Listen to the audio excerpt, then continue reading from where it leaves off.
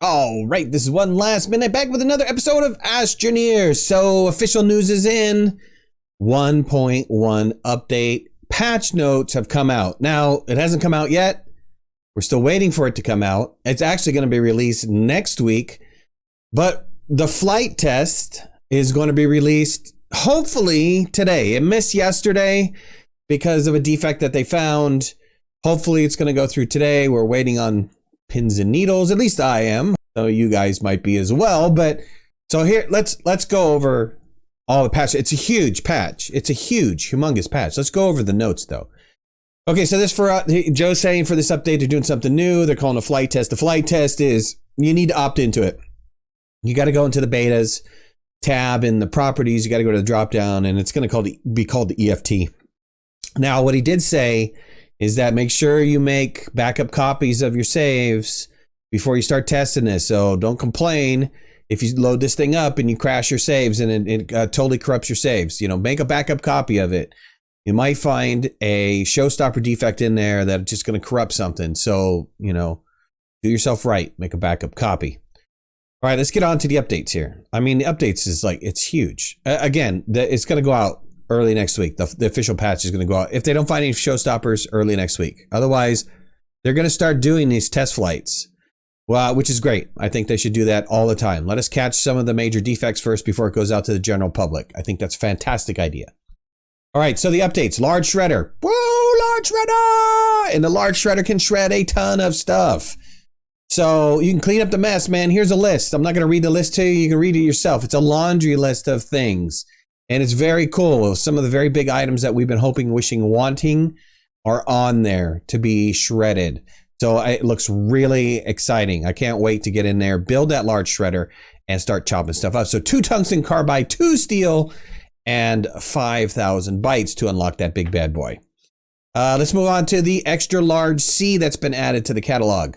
So it's currently the largest platform available, and you can see that it's housing the I forgot the name of that thing.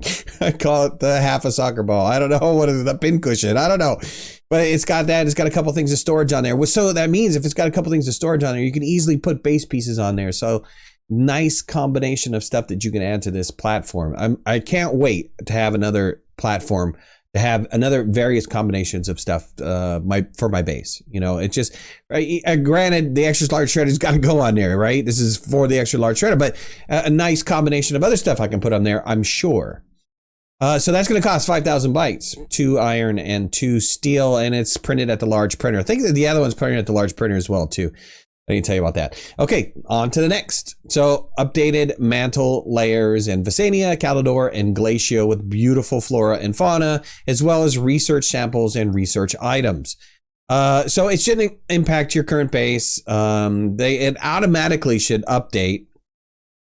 And so I can't wait to see it. I mean, it doesn't mean you have to start a new save. You should be able to go into your existing save and go down in these planets and check out the new stuff. I mean, from the screenshot itself, it looks pretty cool. I mean, that looks awesome. What else? Okay, so they added the customization preview. The customization preview is now in there, and you can see what's going on with it. You know, essentially, you get to check yourself out before you commit to, you know, your palette or your suit style or your emotes and so on and so forth. So that's kind of a neat addition. It's a nice addition to have into the game. Can't wait to play with it.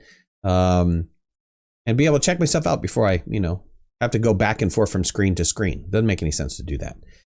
Okay, so another big thing, they talked about research values, and research was going to change, right? I said that yesterday. And so what they're doing is they've reduced they've increased the number of bytes. They increased the byte costs for the all non-starter catalog. There's a huge laundry list. You can see it right there. By 25%. So everything is going to cost 25% more. It's an easier way to say that. But they've given you a better way. So, you know, they've, in response, they made adjustments to lower research times and raise the byte value of research items. So overall, you might be getting bytes faster, but you're going to need more bytes to unlock stuff. All right, that's cool. I'm all for that. I don't want to unlock everything in the first 2 hours. Make it 4 hours, make it 6 hours, whatever. Make it a little bit longer. So there's that. A couple other additional updates.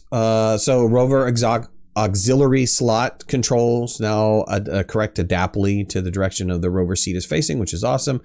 Client players in multiplayer games can now have the zebra ball, Leo ball, checker ball with rovers. Structures in the center of the planet and moons provide free oxygen, and tune transition speed for getting in and out of all kinds of seats to make it feel better, which is okay. I didn't know that it felt bad to begin with, but all right. Performance changes, big. Implemented object spawning optimization. Hopefully we'll see a huge performance increase, because they did a lot of that, right? Optimize the foliage system to improve performance. A slew of optimizations for the power system. Power infrastructure will perform better as it scales up, which is great. Continue to work on the tether system, right? Significant optimized tether lines to reduce their impact performance for large tether networks are present. Loading screen would sometimes fail to stop players in the background, causing performance to drop overall. That's been fixed. Awesome. On to the bug fixes. There are just a ton of them. I don't know if I'm going to read them all to you. Maybe I'll read some of the major ones, which is like the Terrain 2.0 code. There was some problems with the terrain.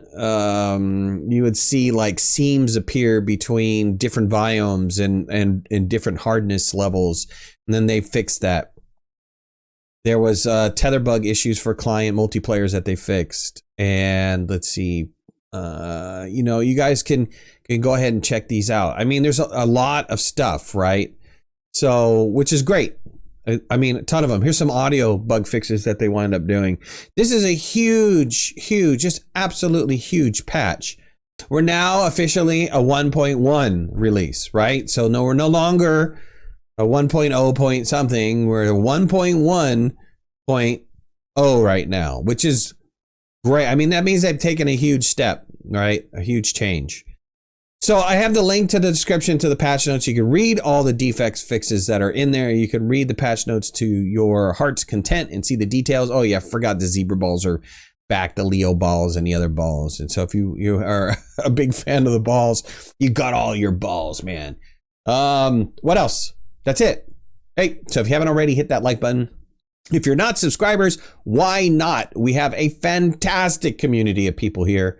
And if you want to follow me on any of my social media, links are in the description below. We'll see you guys soon. Thanks a lot. Bye-bye.